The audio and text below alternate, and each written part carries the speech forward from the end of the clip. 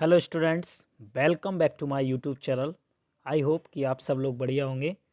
Students, इस lecture video में हम लोग एक न्यू पोएम को पढ़ेंगे जिसका नाम है अ टाइगर इन द जू।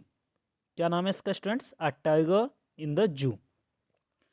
स्टूडेंट्स, इस चैप्टर के जो राइटर हैं वो लेस्ली नॉरिस हैं और जो पोएट है वो इस चैप्टर में एक टाइगर जो कि एक पिंजरे में बंद रहता है उसकी मेंटल स्टेट को डिस्क्राइब करता है, यानी उसके बारे में बताता है। स्टूडेंट्स, इस पोएम में जो पोएट है वो एक टाइगर जो कि वाइल्ड स्टेट में रहता है और एक वो टाइगर जो किसी पिंजरे में है, दोनों की मेंटल स्टेट का कंपैरिजन करता है। वो दोनों के बीच में कंपैरिजन करता है। तो स्टूडेंट्स, पोएट इस पोएम में एक स्ट्रॉन्ग मैसेज देने की कोशिश करता है और वो कहता है कि जो वाइल्ड एनिमल्स हैं उन्हें उनके नेचुरल हैबिटेट में ही रहने देना चाहिए, ना कि उन्हें किसी चिड़ियाघर जो जूस हैं उनके पिंजरों में रहना चाहिए। और इस प्रकार से हम लोग इस बात को अच्छी तरीके से जानते हैं कि वाइल्ड एनिमल्स को हमें कैद करके नहीं रखना चाहिए और इस प्रकार से हम उनकी जो फ्रीडम है, जो स्वतंत्रता है, उसको नहीं छीन सकते। चलिए स्टूडेंट्स, और मैं आपको इसी चैप्टर में समझाऊंगा और लाइन बाय लाइन में सभी स्टेंजास का एक्सप्लेनेशन करूंगा। आप लोग इस चैप्टर को बहुत अच्छी तरीके से समझिए। स्टूडेंट्स, सबसे पहले हम इस चैप्टर के इंट्रोडक्शन को देखते हैं और यहाँ पर लिखा हुआ है, this poem contrasts a tiger in the zoo with a tiger in its natural habitat। Students, इस पोएम में दो टाइगर्स के बीच में क्या है? विरोध है। एक वो टाइगर जो कि जू में है और एक वो टाइगर जो अपने नेचुरल हैबिटेट में है। The poem moves from the zoo to the jungle and back again to the zoo. जो पोएम है वो जंगल से कहाँ पर जाती है? सॉरी, जू से जंगल में जाती है और वापस कहाँ पर आ जाती है? जू में आ जाती है। Read the poem silently once. एक बार इस पोएम को आप साइलेंटली पढ़ें and see which stanzas speak about the tiger in the zoo and which ones speak about the tiger in the jungle. आपको स्टेंजास को पढ़ना है और जो स्टेंजास हैं वो अलग अलग हैं। एक स्टेंजा जू के बारे में बात करता है और एक स्टेंजा टाइगर की नेचुरल हैबिटेट के बारे में बात करता है। चलिए स्टूडेंट्स, सबसे पहले हम फर्स्ट स्टेंजा को पढ़ेंगे और जानते हैं और हम लोग समझते हैं। स्टूडेंट्स, यहाँ पर हम लोग देखेंगे कि ये जो मेन जो स्टेंजा है वो ये है कि यहाँ पर ही का यूज़ किया गया। स्टूडेंट्स, जनरली हम लोग एनिमल्स के लिए इट का यूज़ करते हैं, लेकिन यहाँ पर टाइगर के लिए ही का यूज़ किया गया।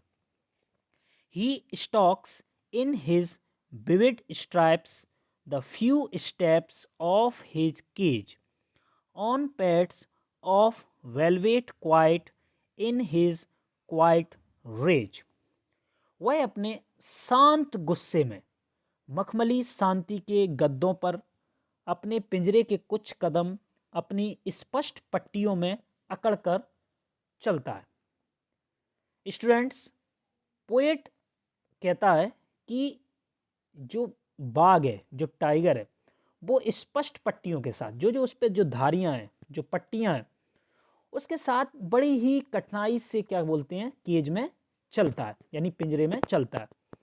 वह छोटे से पिंजरे में शानदार, एकदम मैजेस्टिक यानी रॉयल, परंतु कैदी के रूप में दिखता है। दिखता तो एकदम शानदार है लेकिन एक कैदी सा लगता है। उसके जो निचले जो पंजे हैं वो मखमल की तरह कैसे हैं? नरम है। अत्यधिक ताकतवर और भयानक होने के बावजूद वह कैद में। किस में है वो? कैद में। In spite of being most powerful and ferocious he now is imprisoned. वो कैसा है? कैदी है, बहुत ज़्यादा ताकतवर है, भयानक है, फिर भी वो क्या है? कैद में। और ही इज जस्ट हेल्पलेस। वो कैसा है? निस्सहाय है एकदम, बिल्कुल उसके पास कोई मदद नहीं है।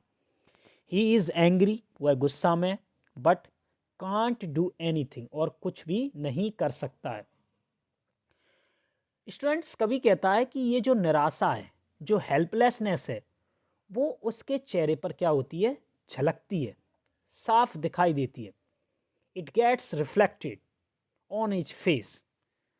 तो स्टूडेंट्स, फर्स्ट स्टेंजा में जो पोएट है, जो लेस्ली नॉरिस हैं, वो टाइगर की कंडीशन को दर्शाते हैं। वो कहते हैं कि एक टाइगर जो कि मैजेस्टिक है, एक शानदार है, पर वो एक कैदी के रूप में दिखता है, और भयानक और ताकतवर होने के बावजूद भी वो किसमें है, कैद में।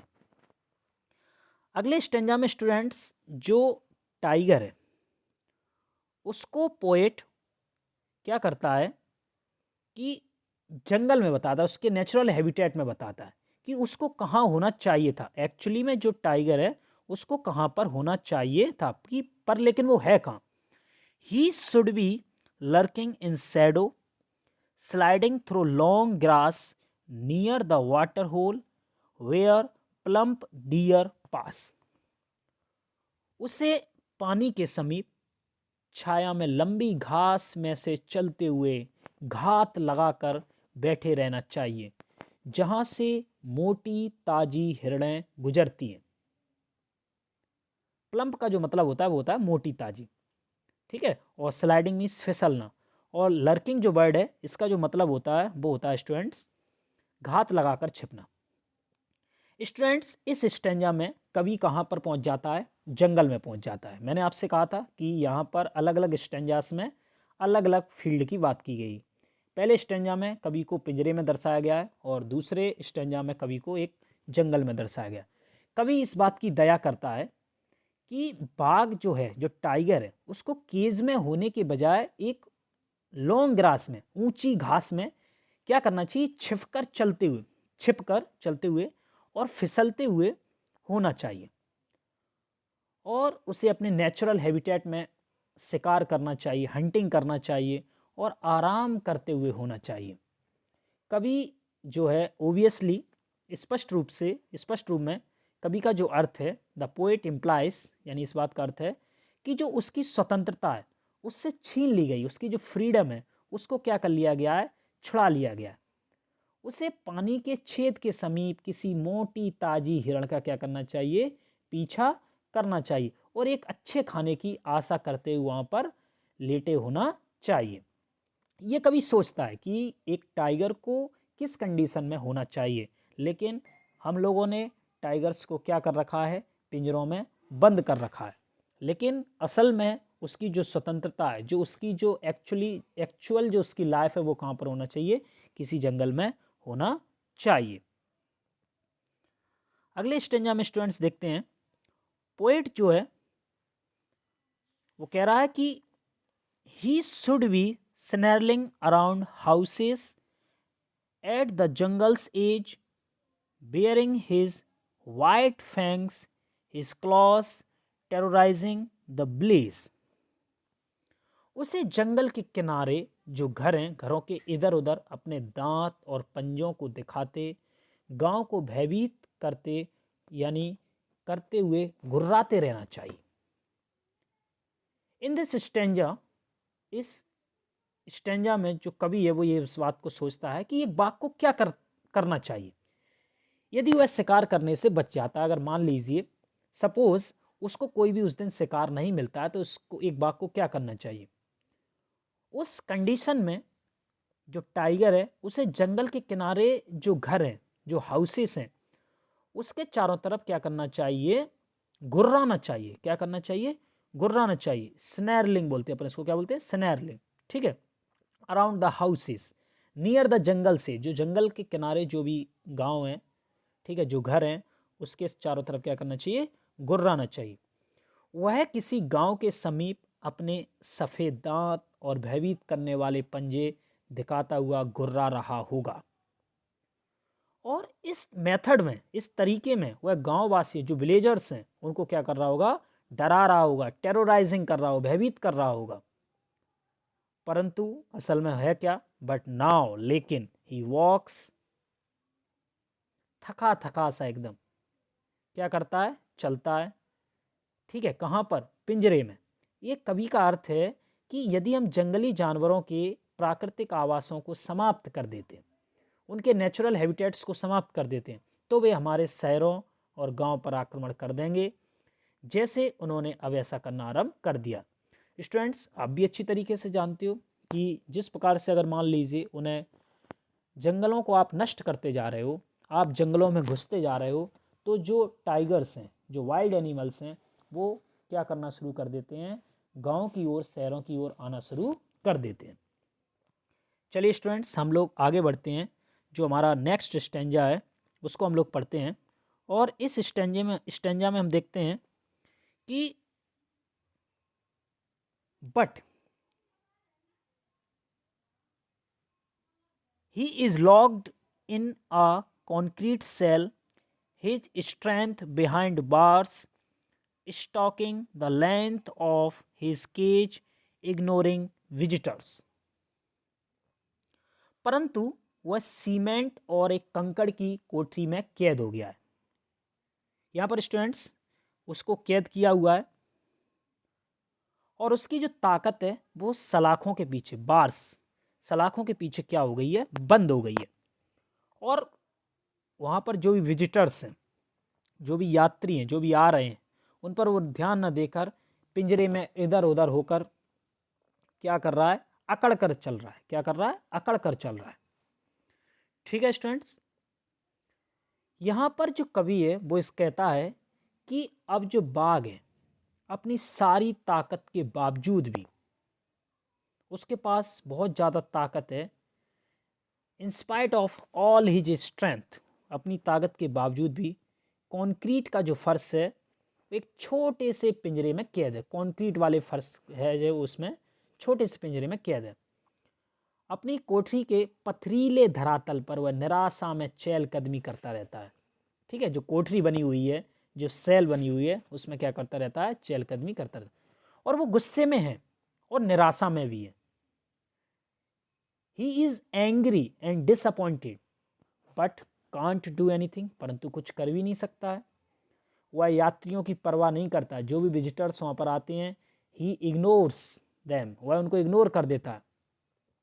और ये जो विजिटर्स आते हैं वो उसके कष्टों को लंबा करते हैं, क्योंकि ये लोग क्या करते हैं, वे उस पिंजरे में आराम नहीं करने देते हैं। तो कवि का अर्थ है कि उसकी जो दया भरी हालत है, उसके प्रति जो कर्मचारी है, ठीक है, उसकी जो पैथेटिक जो कंडीशन है, उसके लिए कौन उदासीन है, कर्मचारियों की उदासीनता है।